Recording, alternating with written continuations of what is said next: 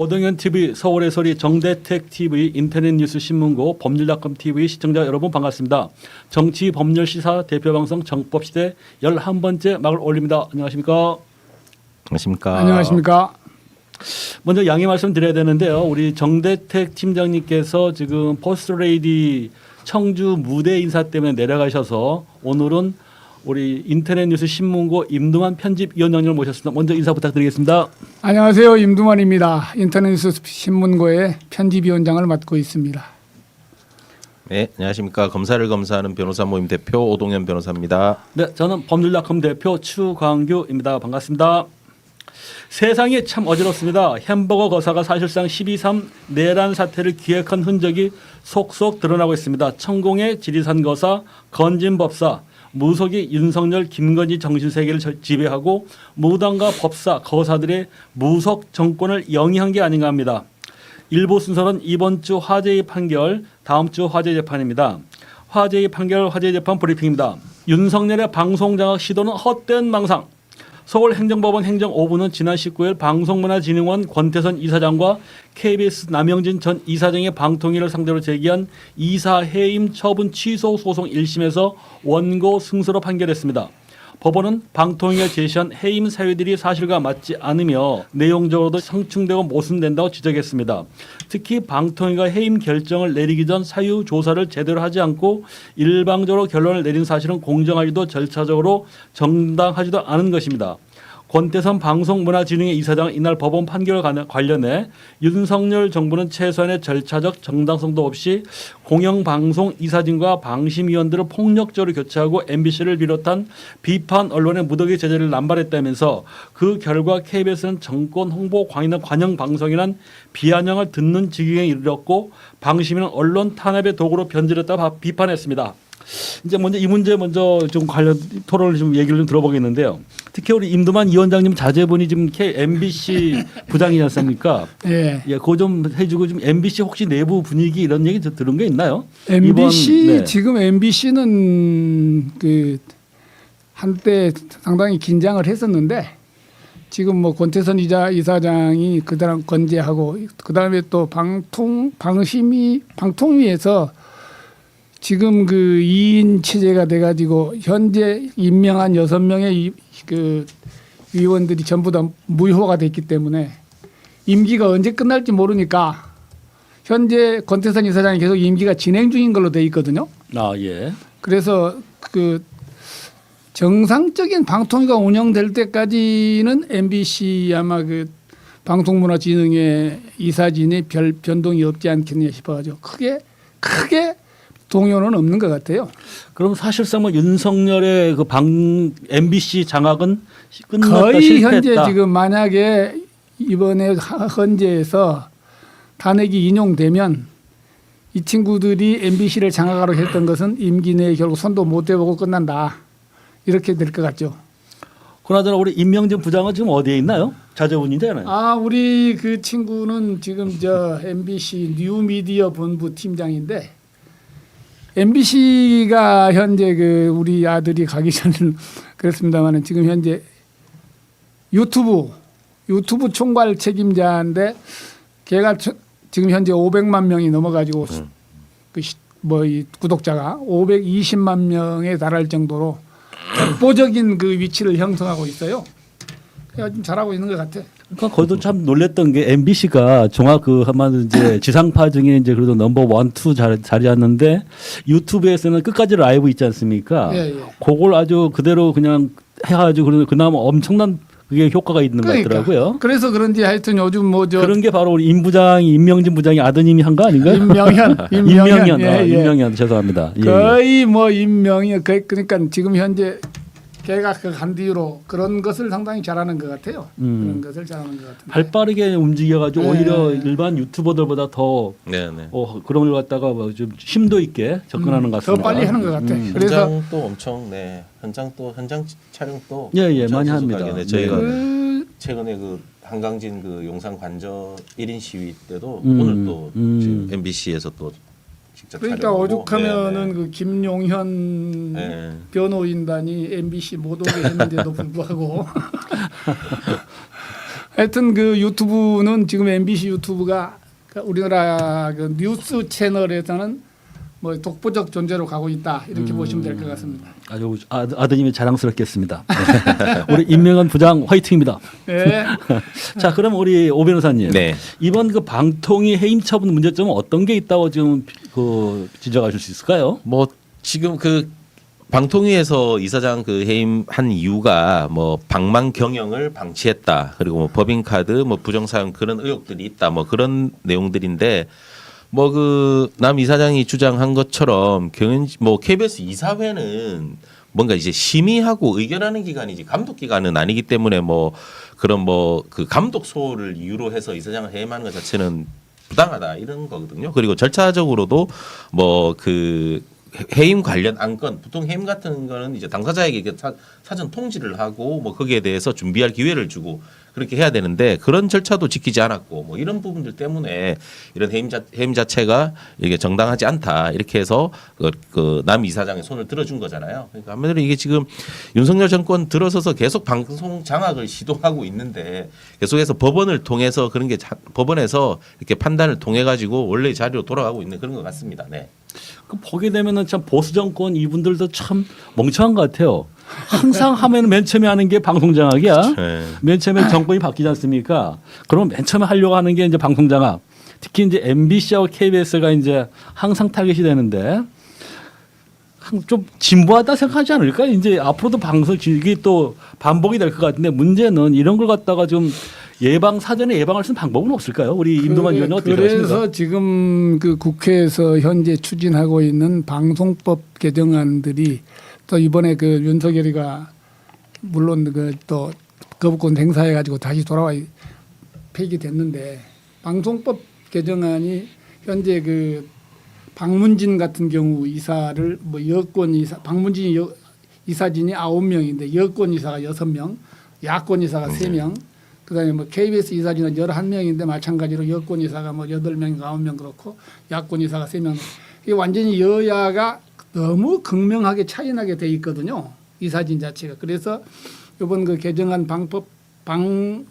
방송법 개정안에 보면 그 이사진 임명을 추천하는 권한을 시민들한테 줘가지고 그 여야의 개념이 없이 시민들이 추천하는 그 이사진을 만들자 지금 그런 법이 올라와 있는데 그게 지금 또 이 윤석열이가 거부권을 행사해가지고 지금 안 되고 있어서 앞으로 그 방송법 그러니까 KBS나 MBC나 이런 그 공영방송의 이사진을 추천하는 방식이 현재의 정치권에서 좌우하는 게 아니라 지금 개정한 대로 시민사회가 주장하고 하는 쪽으로 가면은 좀 그 누가 권력을 잡든지 간에 방송을 장악하겠다는 욕심은 좀 없어지지 않겠느냐. 어떻습니까? 이거 네, 네. 지금 뭐 아까 추 대표 말씀하신 것처럼 정권이 바뀔 때마다 항상 방송 장악하려고 하는 게 이거 뭐 방송 그 이사진들의 구성이라든지 이런 부분들이 정권의 영향을 받고 있기 때문에 그런 부분들 좀 방송과 언론의 자유를 위해서라도 뭔가 그런 이사진 구성이라든지 또 뭐 경영진을 이렇게 하는 부분들에 있어서는 좀 더 자유롭게 해야 될 그럴 필요가 있다고 봅니다. 네. 그래야지 좀 정치권으로부터 자유롭게 정말 언론의 역할을 할 수 있지 않을까. 네. 그런 생각합니다. 간단히 네. MBC만 봐도 그 사장 임기가 3년이 법적으로 정해져 있거든요. 법적으로 정해져 있는데 정권이 바뀌면 그 3년이 아직 임기가 남아 있는 사장을 박문진을 통해서 해임할 수 있도록 만들어 놨어요. 네. 박문진을. 그러니까 박문진 이사진이 뭐 사장이 뭐 지금 아까 우리 오 변호사님 말씀하신 대로 법적으로 전혀 문제가 안 되는 부분도 어떤 하나의 꼬투리를 잡아가지고 해임 사유다 해서 자기들이 방망이 쳐버리면은 해임이 돼버린단 말이야. 그 이런 그 임기가 전혀 지켜지지가 않는 거야. 정권들이 뜻에 따라서. 그래서 지금 그 방송국의 공영방송 사장의 임기가 제대로 보장될 수 있는 방송법이 만들어져야 된다. 그래야만이 공영방송이 그 권력으로부터 독립할 수 있다. 이렇게 저는 보고 있어요. 다들 아마 전문가들도 그러지 않습니까? 네, 네, 맞습니다. 네. 네. 저는 이번에 좀 사태에서 좀 약간 좀 아리송했던 게 그 전에 이제 문재인 정부나 내지는 이제 노무현 정부 때 이럴 때 가장 고개를 빳빳이 드는 게 KBS 노조거든요. 그렇죠. 가장 세게 하면서 가장 정부에 반대하면서 가장 자기들이 정론인처럼 해왔는데 이번에 하는 거 보니까 윤석열 정부에서는 가장 먼저 들어누웠거든요. 아예 네. 그런 어떤 자기들 노조와 세계시가 되는 걸로 알고 있는데 그 어느 노조도 얘기를 안 했단 말입니다. 크게 목소리를 못 냈습니다. 근데 그에 반해서 MBC는 그나마 또 이제 목소리를 내면서 지켜왔거든요. 이 차이는 뭘까요? 우리 위원장님 생각하실 때 뭔가요? 그 이제 그 사풍인가요? 자기들 그 사풍이기도 하고 그다음에 또 방송사의 그 아마 내가 볼 때는 뿌리에 있지 않느냐. MBC는 그러니까 그 1987년 이후에 87년 이후에 독립이 되면 권력으로부터 일단 벗어나면서 그 요즘 그 뭐 윤석열 쪽에서 말하는 대로 좌파 방송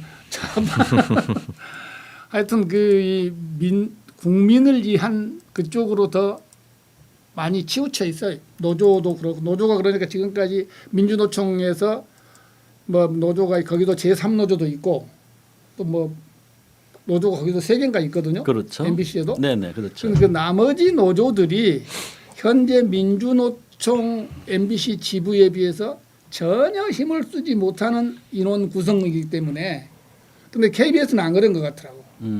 KBS는 그 노조가 3개 거기서 3개가 있는데 민주노총 노조랑 인원이 거의 인원 차이가 그렇게 많지가 않은 것 같아요.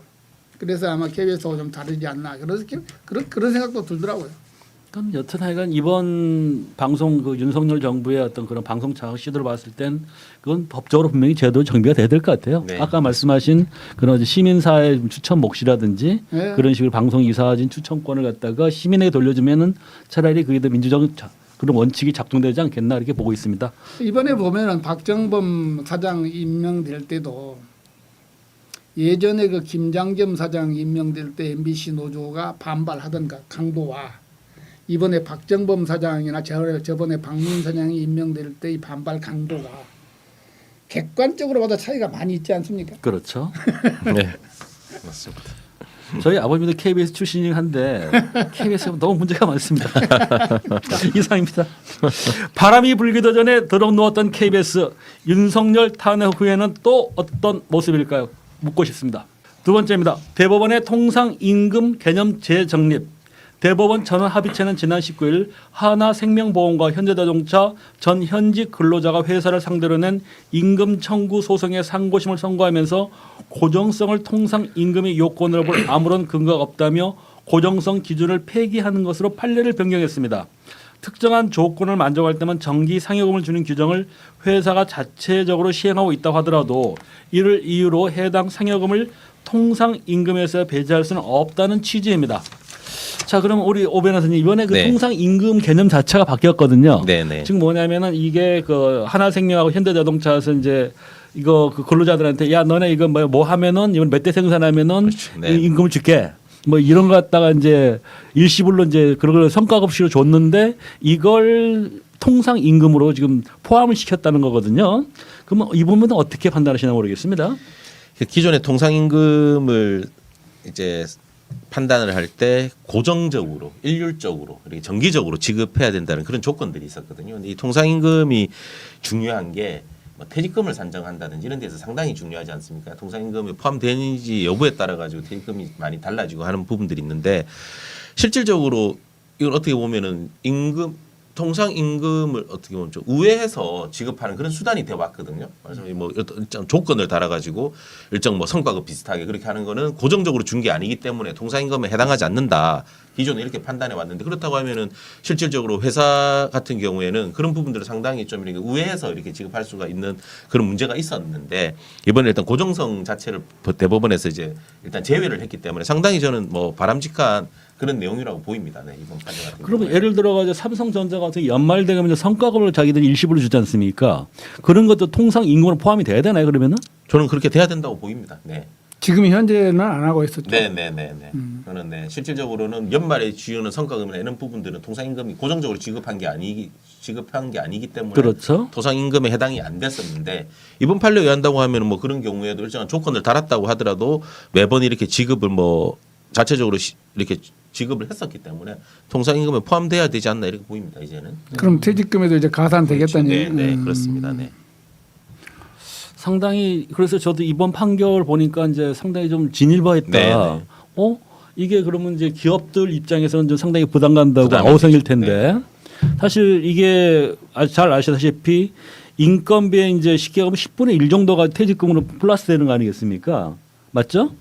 그러니까 자기들이 이제 그것도 이제 개념을 또 좀 복잡해질 것 같습니다. 그런 연봉 부분. 개념이 달라지겠는데 그러면? 그럴 수도 있죠. 네. 연봉 기존에는 네. 뭐 연봉을 산정을 하고 그 외 성과금은 연말이나 또 뭐 6개월씩 뭐 이렇게 별도로 지급을 해왔기 때문에 연봉 외에 그렇죠. 이렇게 산정을 했었는데 지금 이렇게 뭐 이번 판례에 의해 가지고 통상임금의 고정성이 사라진다고 하면은 그런 성과금 자체도 연봉에 이제 임금에 포함해 연봉에 될 수가 있기 연봉 때문에 개념이 달라져야 되는. 네네네 그럴 수가 있을 것 같습니다. 이제 앞으로 또 향후 그런 어떤 성과금이나 그런 지급을 어떻게 할 건지는 한번 좀 지켜봐야 될 것 같습니다. 네, 네, 그러니까 이번 판결이 상당히 의미 있는 판결로 보여지고요. 네네. 이 부분을 갖다 우리가 좀 더 세밀하게 한번 짚어볼 필요는 있을 것 같습니다. 네네. 뭐. 과연 이제 뭐 서로가 근로자들 입장에서야 좀 더 많은 인건비를 받고 그다음에 또 기업 입장에서 합리적인 어떤 그 포션을 나눠지면서 더 생산성을 향상할 수만 있다면은 바람직한 거거든요. 서로가 윈윈하는 거기 때문에. 네. 네, 그런 부분에서 한번 다음에 한번 저희 정법 시대에서 한번 다뤄보도록 하겠습니다. 자, 정법 시대 한 줄 논평입니다.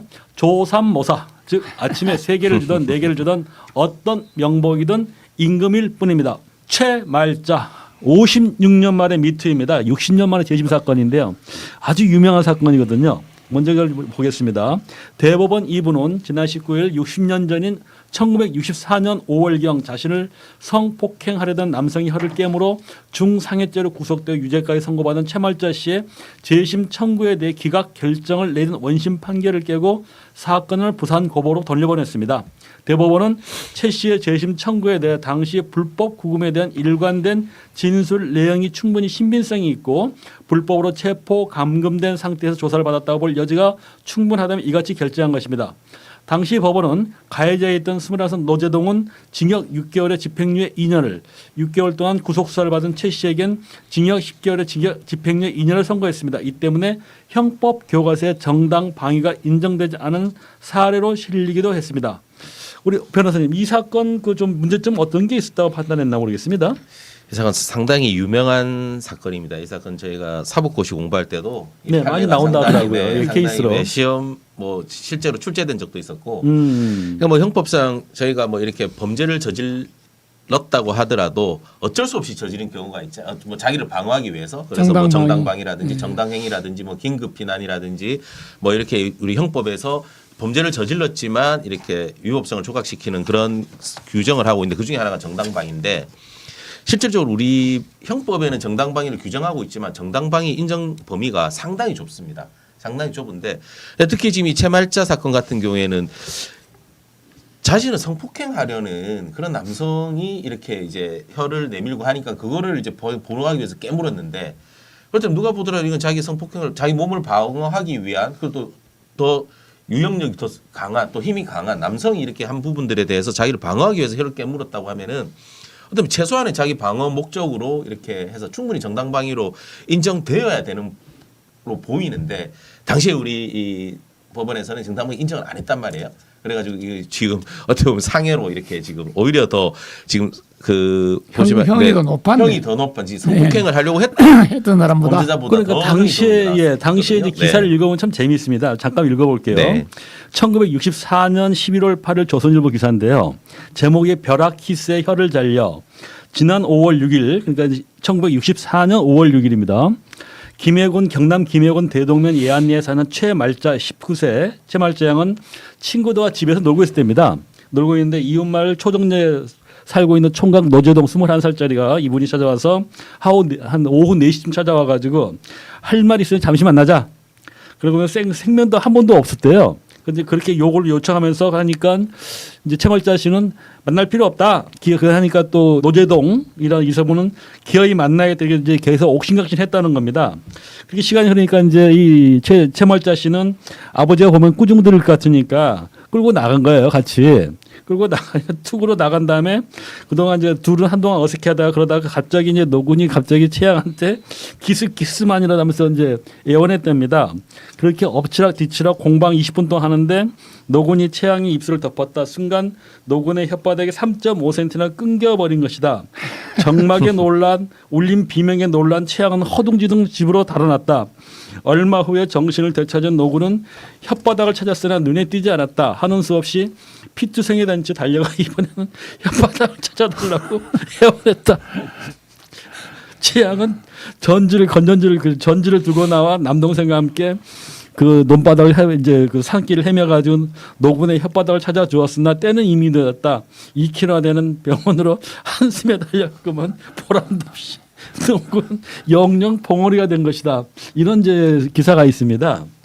그러니까 보면은 이런 상황과 보게 되면 명백하게 어떤 성폭행을 시도를 했던 거고 최말자 씨는 거기에 이제 반항하다가 그러면서 이제 같이 엎어지면서 그러다가 이제 이분도 뭐 깨물고 싶어 깨문 것들은 아니었던 것 같고요. 그 이제 입술이 들어온 상태에 같이 뒹굴면서 아마 언떨결이 그 어떤 혀가 끊긴 것 같습니다. 그 깨물면서. 근데 궁금한 게 이게 만약에 지금 만약에 판단되면 어떻게 생각할까요? 이런 판단이 나온다면 사건이 있다면 오비린 선생님 어떻게 생각하세요? 지금 뭐 이번에 지금 뭐 대법원에서도 일단은 재심을 기각한 부분들에 대해서 다시 고등법원으로 돌려보내고 한 걸로 봐서는 정당방위가 이제 인정이 돼야 되겠죠. 이거는 명백하게.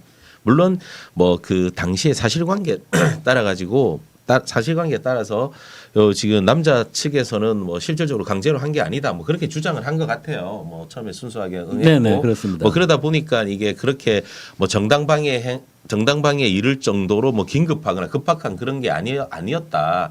뭐 그렇게 해서 정당방위를 인정 안 한 것 같은데 이 뭐 좀 이렇게 외진 곳에 남녀 둘이서 있는데 남자가 갑자기 이렇게 뭐 좀 유형력을 행사해서 갑자기 이렇게 뭔가 성적인 행위를 하려고 하면은 여자 입장에서는 자기를 당연히 방어하기 위해서 이런 행동을 하지 않겠습니까? 그럼 당연히 정당방위가 인정이 되는 게 마땅하다고 보입니다. 네. 그럼 이게 만약에 당시 의도적으로 깨문 게 아니고 그러니까 이제 엎치락 뒤치락 하다가 제가 볼 땐 그걸로 보이거든요. 엎치락 뒤치락 하다가 이제 쓰러지면서 그냥 입술이 들어와 있으니까 깨문 게 아닌가 보는데 여기 그렇게 나오거든요. 당시에 이제 그 기사를 정한 반응을 정한 이제 기사도 재밌는데 이제 그렇게 이 현장 검증을 하다 보니까 뭐라고 그랬냐면 동네 사람들이 어떤 사람은 이제 남자를 동정하는 겁니다. 뭐 그런 표독한 처녀가 있느냐. 한쪽은 그렇게 이제 반응하는 게 있었고 또 이제 체향을 동정하는 거는 이제 체향을 하는 거는 입술이 제2의 정조가 아니냐. 어느 처녀가 겁탈하는 총각을 가만두겠느냐. 그러면 이제 또 더 재밌는 거는 그 촐로거든요. 촐로들의 반응인데 촐로는 그렇게 했다는 겁니다. 어이 같이 살아야지 할 수 있나 이렇게 했다는 겁니다. 근데 이게 지금 보면은 이 기사 내용을 잠깐 읽어봐도 지금 오 변호사님 말씀하신 대로 정당방위가 될 수밖에 없는 보통 그 의식하고 혀를 깨물어도 잘리기가 힘들잖아요.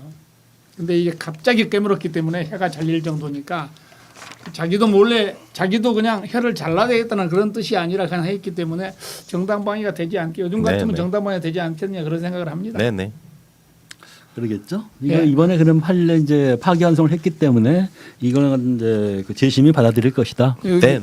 뭐 그런 취지로 뭐 파기환송을 한 거기 때문에 고등법원에서 부산고법에서 다시 할 건가요? 네, 부산고법입니다. 부산고법에서 네네. 부산고법 재미있는 판결을 한번 기대해봐야 되겠습니다. 근데 당시에 채말자 씨는 굉장히 억울했던 모양이에요. 그래서 이제 그 기사를 보게 되면은 이제 이거 그 한 대목만 읽어드리겠습니다. 이제 한참 이제 그 뭐 현장 검증을 하면서 그 노군이 뭐라고 그러냐면 당시 상황을 이제 뭐라고 그러냐면은 그는 두 팔로 그게 손과 발로 이제 안 되니까 글로 하면서 이제 설명했던 모양입니다.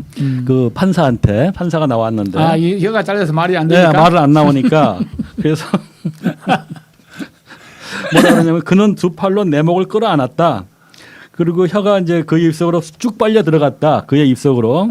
그리고 그는 또 아찔한 찰나 나도 모르는 사이에 체향을 아는 채 땅에 같이 넘어졌으나 정신을 차려보니 혀가 잘라졌다면서 손발과 글로서 대답했다. 이렇게 하거든요. 근데 이분도 대단하십니다. 이 말을 들은 취향은 당시의 이 기사 내용입니다. 이 개새끼야 왜 거짓말하나. 재판정에서. 예. 그 현장 검증 현장 검증에서. 예. 이 개새끼야 왜 거짓말하냐고 악을 쓰면 노군에게 달려들었다. 노군도 거짓말이 아니라는 표정으로 서로 다투어 재판장이 말렸다. 이렇게 되어 있습니다. 이상입니다. 하여간 이 채말자씨 사건이 하여간 당시에는 좀 억울한 측면이 굉장히 많았던 사건 같은데요.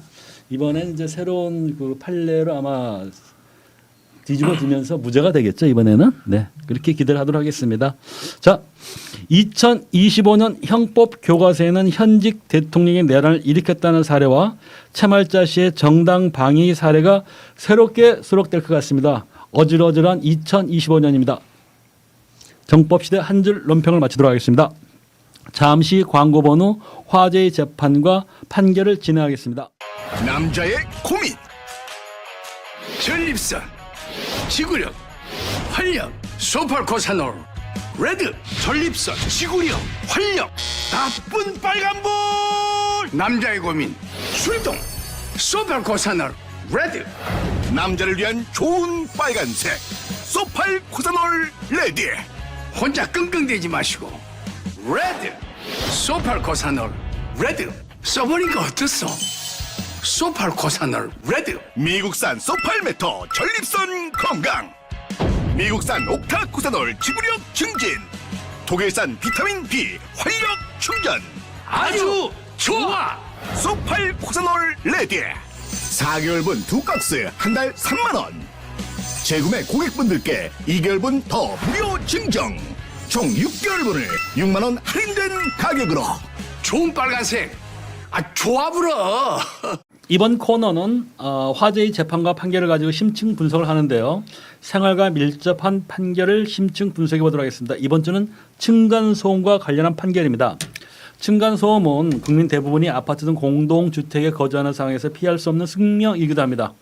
층간소음 때문에 심지어 살인사건이 나는 등 사회적 문제이기도 합니다. 이런 가운데 대법원이 층간소음 문제와 관련 스토킹 범죄로 처벌이 가능하다는 판결이 나와 주목됩니다.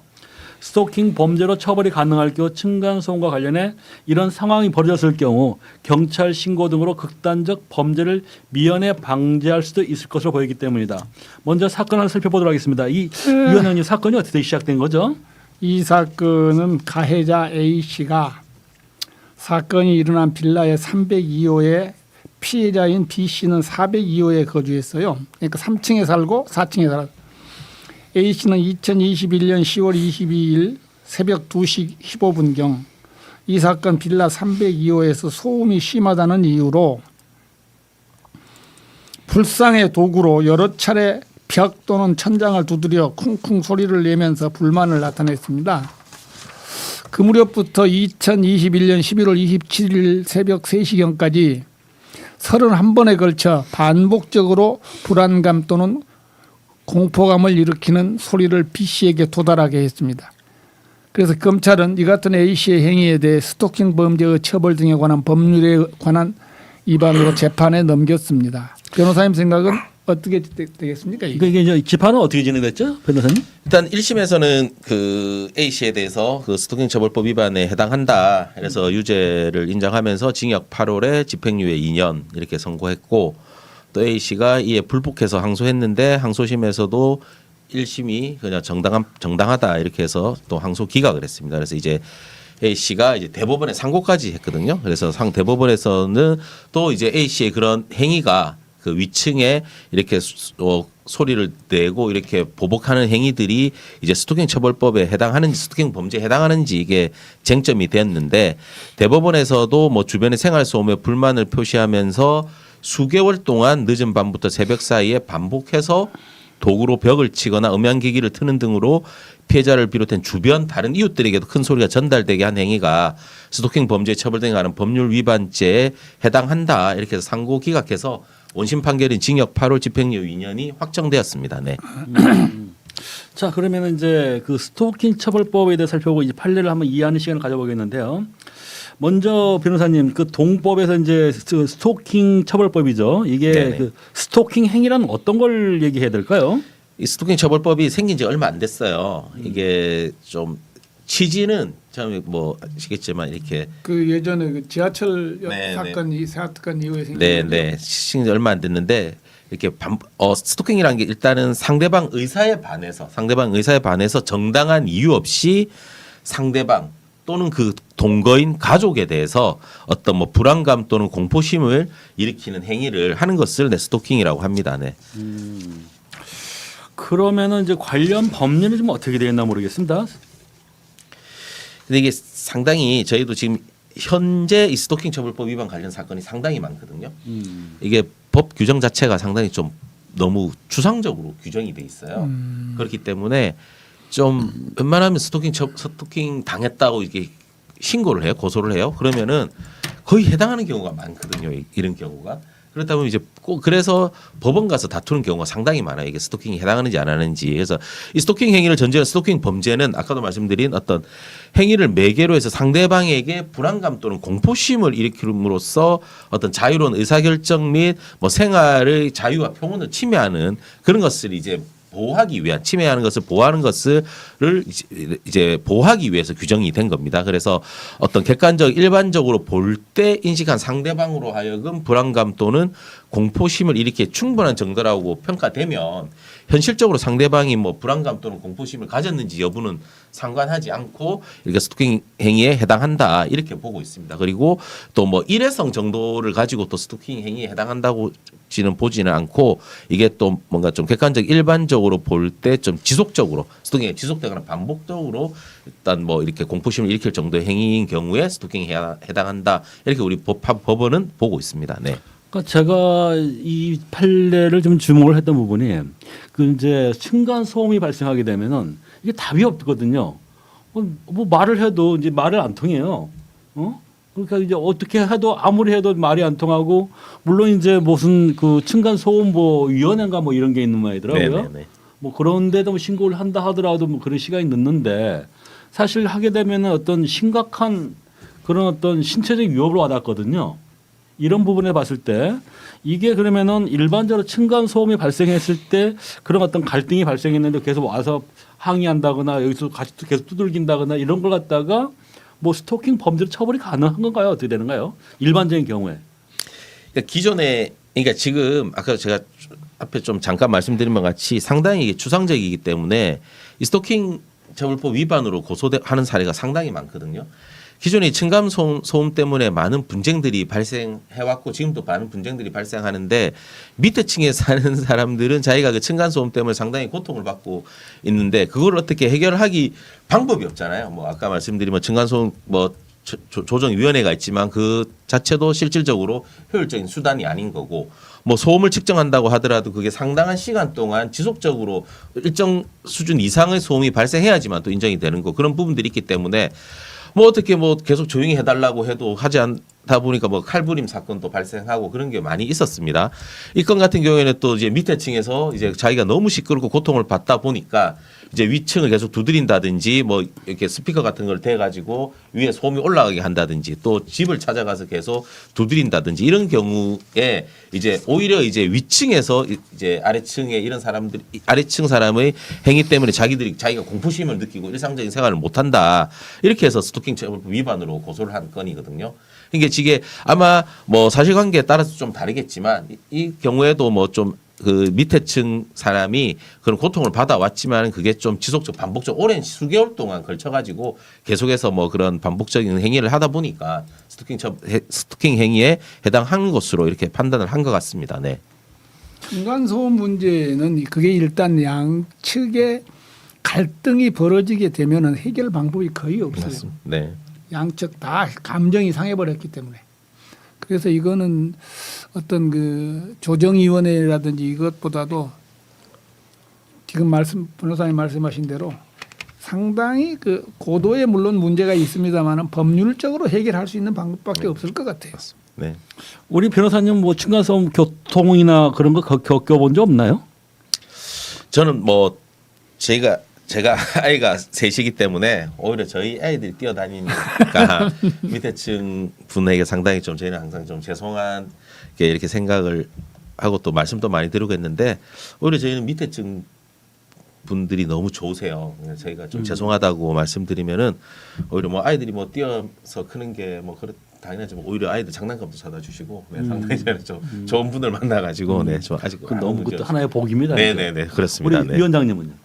우리는 이제 우리 아파트 같은 경우는 뭐 좀 이상한 얘기입니다만 노인들이 많이 사는 아파트라 위층 아래층에 우리 집도 그렇고 위층도 그렇고 그냥 아 손자 왔구나. 층간 소음이 나오면 아 저 집에 네. 손자 왔구나. 그럼 좀 참지 뭐 좀 있으면 갈 텐데 이렇게 삽니다 그냥. 그 저희 같은 경우 저도 이제 그 탑층에 사다 보는데 밑에 층인데 어느 정도 그렇게까지 구애를 안 받고 살았는데 4년 전인가 이제 신혼부부가 이사를 왔었거든요. 그런데 이제 이분들은 임신하니까 그렇게 예민한지 몰라도 굉장히 신경질을 얘기하더라고요. 그러면서 아니 우리가 다 큰 성인들인데 뛰어를 다니겠습니까? 무슨 일부러 뭘 소문을 내겠습니까? 그래서 그냥 발작적으로 하면서 이제 처음에는 와서 막 항의를 하더라고요. 굉장히 황당하죠. 아, 죄송합니다. 뭐 죄송하다는 수밖에 더 있겠습니까? 그랬더니 오늘 갑자기 이제 앉아 있는 밑에서 보고 쿵쿵대 뭐야 했더니 밑에서 막 이걸로 막 때리고 있는 거야. 그 다음에 이제 그렇게 이제 시간이 이제 1년인가 2년이 그 다음에 아주 그냥 조심히 다녔거든요. 그렇게 다니면서 이제 주요리 하다가 이제 그 다른 집에 또 이사를 오니까 이제 지금은 해방이 되어 있는데요. 그게 어떤 그 상대적인 것 같아요. 상대적인 네, 거죠. 맞습니다. 네. 그러니까 이제 누워서 들으면은 더 생각하면 더 생각할수록 이제 소음이 더 심한 거죠. 네. 그러니까 그렇게까지 과격하게 막 쿵쿵쿵 찍고 쫓아 올라오고 근데 그렇게 말 그대로 이제 지속이 되면은 이제 말 그대로 이제 극단적인 폭력이 나올 테니까 자 그러면 변호사님 이 층간소음과 관련해 가지고 그런 어떤 갈등이 있을 때 민형사도 뭐 가능하나요? 저는 당시 하고 싶더라고 그렇게까지 네네. 하는데 뭐 민사상으로는 가능합니다. 민사상으로는 그런 어떤 소음이라든지 이런 것 때문에 뭐 정상적인 일상적인 생활이 힘들다는 이유로 해서 손해배상 청구가 가능한데 그 반대의 경우에는요. 그러니까 저는 네. 소음을 안 내는데 네네네. 저는 소음을 안 낸다고 안 내는데 음. 소음 낸다고 와서 항의하고 두들기고 한마디로 협박하는데 뭐 그런 식으로 하는데 그런 부분이 이제 이렇게 스토킹 처벌법으로 고소를 한다든지 아니면은 그게 좀 정도가 심하게 뭐 이렇게 한다면 그건 이제 협박이 될 수도 있는 거죠. 그거는 그러니까 실질적으로 뭐 형사성으로 해결하는 방법은 거의 너무 제한돼 있어요. 그러니까 좀 이런 경우 같이 상당히 오랜 기간 동안 지속적 반복적으로 이렇게 한다든지 그리고 협박 같은 경우도 정말로 실질적인 뭔가 위해를 가할 정도의 공포심을 느끼게 할 정도의 그런 어떤 뭐 협박을 해야지 성립하는 부분이기 때문에 형사적으로는 상당히 좀 제약돼 있기는 합니다. 네. 그러니까 이번 사건 이 판례 같은 경우는 이제 그걸 스토킹을 인정한 게 그 주변 아파트 그 세대들이 이사를 갔더라고요. 네. 보니까 그걸 이제 이분이 이 가해자가 범인이 이제 피의자죠. 형사 피고인이죠. 피고인이 계속 이제 뭐 소란 피우고 막 두들기고 막 하니까 이제 앞뒤로 뒤로 뭐 집들이 있을 거 아니겠습니까? 그 사람들 이사를 갔기 때문에 네. 그걸 더 인정한 그 스토킹으로 인정을 했더라고요. 그렇다면 결국 이제 변호사 생각할 때는 층간소음 관련해서 상대방이든 피해자든 가해자든 민형사는 가능하다. 네, 네, 가능은 합니다. 그런데 이제 그게 일정한 조건이 부합하는 경우에 그러겠죠. 가능하고 그러니까 예, 민사상 손해배상 같은 경우에도 뭐 그게 층간 소음에 해당 정도로 어느 정도 일정한 또 시간 또 지속돼야 되고 아까 말씀드린 어느 일정 음량 이상의 또 소음도 인정되고 하는 것 되기 때문에 그 부분을 입증하기는 솔직히 좀 쉽지는 않은 부분이 있긴 있습니다. 네. 그건 쉽지가 않겠더라고요. 네, 네, 쉽지가 그러니까 않습니다. 네. 이 24시간 이렇게 예. 측정할 수 있는 것도 아니고 그렇죠. 네, 네. 또 개인적으로 측정한 거는 또 법적으로 또 인정을 안 해주잖아요. 그렇다고 하면 법원을 통해서 감정을 한다고 하면은 뭐 감정인이 와서 24시간 이렇게 소음을 측정할 수 있는 것도 아니고 상당히 좀 어려운 부분들이 있습니다. 네. 이건 현장 감정하는데 애로사항이 있겠네요. 네, 네, 네, 그렇습니다. 네. 뭐 그게 그렇다- 언제 소음이 날지는 또 모르잖아요. 네, 또 소음이 난다 하더라도 뭐 한번 잠시 있었다고 해서 그걸 가지고 또 층간소음 인정되는 건 아니니까 그게 상당한 시간 동안 반복이 되고 또 지속되고 해야 되기 때문에 그런 부분들에 대해서는 좀 제한이 있습니다. 네. 그렇다 이런- 하더라도 예 말씀하십시오. 이런 부분은 있을 수도 있어요. 제가 이제 제 경험인데 뭐 이상한 좀 비유가 좀 맞을지 모르겠으면 제가 심장이 안 좋거든요. 그래서 이제 병원에 갔더니 그 여기다가 패치를 달아가지고 네. 일주일 동안 내 심장이 움직이는 거를 체크해서 이제 일주일 동안 내 심장이 어떻게 뛰는가를 그대로 기록된 기록지를 가지고 가서 이제 치료를 하는데 이 층간소음 문제 같은 경우도 이 소음 측정기를 그러니까 이제 분쟁이 있는 집에 네, 네. 소음 측정기를 갖다 놓고 일주일이면 일주일, 열흘이면 열흘 기간 동안 갖다 놓고 있다가 평균 소음 데시벨이 몇 데시벨 나오는지, 몇 데시벨이 층간 소음인지 이걸 해서 그 조정을 하는 방식이 있지 않겠느냐 이런 생각도 종종 해보는데, 어쨌든 층간 소음 문제는 첫째 건설 회사에서 건물을 잘 지어야 되고, 둘째는 이제 서로 뭐 좀 이상한 얘기입니다만은 서로 양보하고 양해하는 부분이 좀 있어야 되고, 셋째 이제 정말 안 될 때는 지금 변호사님 말씀하신 대로 네, 네. 법적인 문제로 가야 되지 않겠느냐 이런 생각을 합니다. 자, 그러면 이제 우리가 층간 소음을 겪고 있을 때 합리적인 방안 뭐 어떤 게 있을까 생각할 수 있을까요? 아까 말씀하신 것처럼 서로가 양보한다는 거, 그게 첫 번째일 것 같고, 그게 최선인 것 같습니다. 실질적으로 이게 법적으로 하기에는 너무나 제한이 있고, 또 법으로 하다 보면은 서로 간에 오히려 더 감정이 상하고 그런 경우가 있기 때문에 뭐 서로 양보하고 좀 어느 정도 또 이렇게 일상적인 생활 수준의 그런 소음들은 또 좀 참 서로 좀 이렇게 양해하면서 하는 게 좀 가장 합리적인 것 같습니다. 그리고 또 위층 같은 경우에도 뭐 이렇게 뭐 그 소음 매트를 좀 깐다든지 뭐 그런 노력도 필요할 것 같고, 서로 간에 조금 대화로 푸는 게 가장 현명한 방법인 것 같습니다. 네. 이게 지금 고충처리위원회 그런 데서는 좀 어떻게 되고 있는지 혹시 아시는 게 있을까요? 실질적으로 거의 해결할 수가 없는 그런 상황입니다. 이렇게 서로가 보면은. 감정 싸움이 네, 돼버리기 감정 때문에. 싸움이 돼버리기 맞습니다. 때문에. 네. 그런 부분들은 뭐 이게 법적으로 간다든지 어떤 제3의 기관에 이렇게 한다든지 하면은 그거는 벌써 이미 서로 간에 대화가 안 돼, 이미 벌써 대화는 단절된 상황에서 서로 감정이 격한 상황이기 때문에 오히려 더 해결이 안 되고 더 악화되는 거고, 그러다 보니까 뭐 정말로 심한 경우에는 뭐 이렇게 칼부림 상것도 나는 거고, 네, 그런 것 같습니다. 네. 자, 그런 부분에서 그렇다면 이렇게 정리를 하면 되겠네요. 가장 중요한 건 서로가 양보하는 거. 그다음에 두 번째가 어떤 물리적인 충돌 대신에 법적인 경고. 당신 그렇게 하게 되면 계속 민사로 들어가게 하겠다. 네, 네. 뭐 그런 경고를 통해서 최대한 서로가 뭐 합리적인 방안을 도출하는 그런 길밖에 없다는 얘기네요. 네, 층간 소음 자체는. 네. 그러면 층간 소음 문제는 이런 정도로 정리를 한번 해보도록 하겠습니다. 자, 그러면은 임동혁 위원장님, 이번 판결의 의미는 어떤 거라고 생각하실까요? 그래서 저는 이번 판결 같은 경우가 매우 이제 우리 삶의 중요한 문제인데, 사회 통념상 합리적 범위를 벗어나서 객관적으로, 아까 이 사건 같은 경우 뭐 자기가 층간소음에 좀 피해자라는 것이 너무 강해서 그런지는 모르지만은 확성기를 튼다든지 무슨 벽을 친다든지 이런 그 과잉 방어 형태 같은 경우는 처벌을 해야 된다고 저는 생각합니다. 처벌해야 된다. 그래서 스토킹 범죄가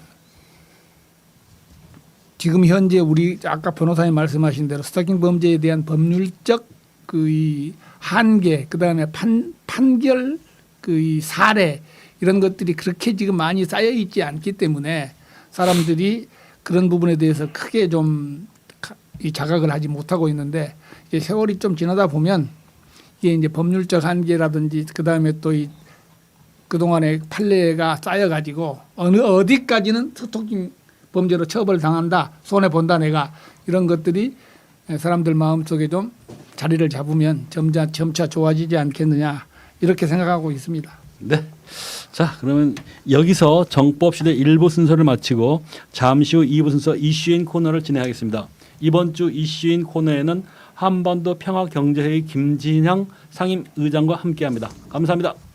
12가지 잡고기 골고루 한 팩에 한 끼 한 팩, 12가지 잡고기 한 팩에 마당새 잡곡. 저칼로리 건강식 혼합 12곡, 지리산 알밤 밤 혼합 12곡, 소화 잘 되고 쫄깃쫄깃 영양 가득 검정 찰보리쌀. 혼합 12곡, 밤 혼합 12곡, 검정찰 보리쌀까지 고르기만 하십시오. 우리 땅 우리 농부가 직접 지은 100% 국산 잡곡 12가지 잡곡을 골라서 한 팩에 담은 마당쇠 잡곡. 100% 국내쌀 12가지 잡곡을 한 팩에 완전 밀봉해서 벌레 걱정 없고 눈무가지도 않고, 그래서 맛있을 수밖에 없습니다. 12가지 잡곡을 골라서 한 팩에 담은 마당쇠 잡곡.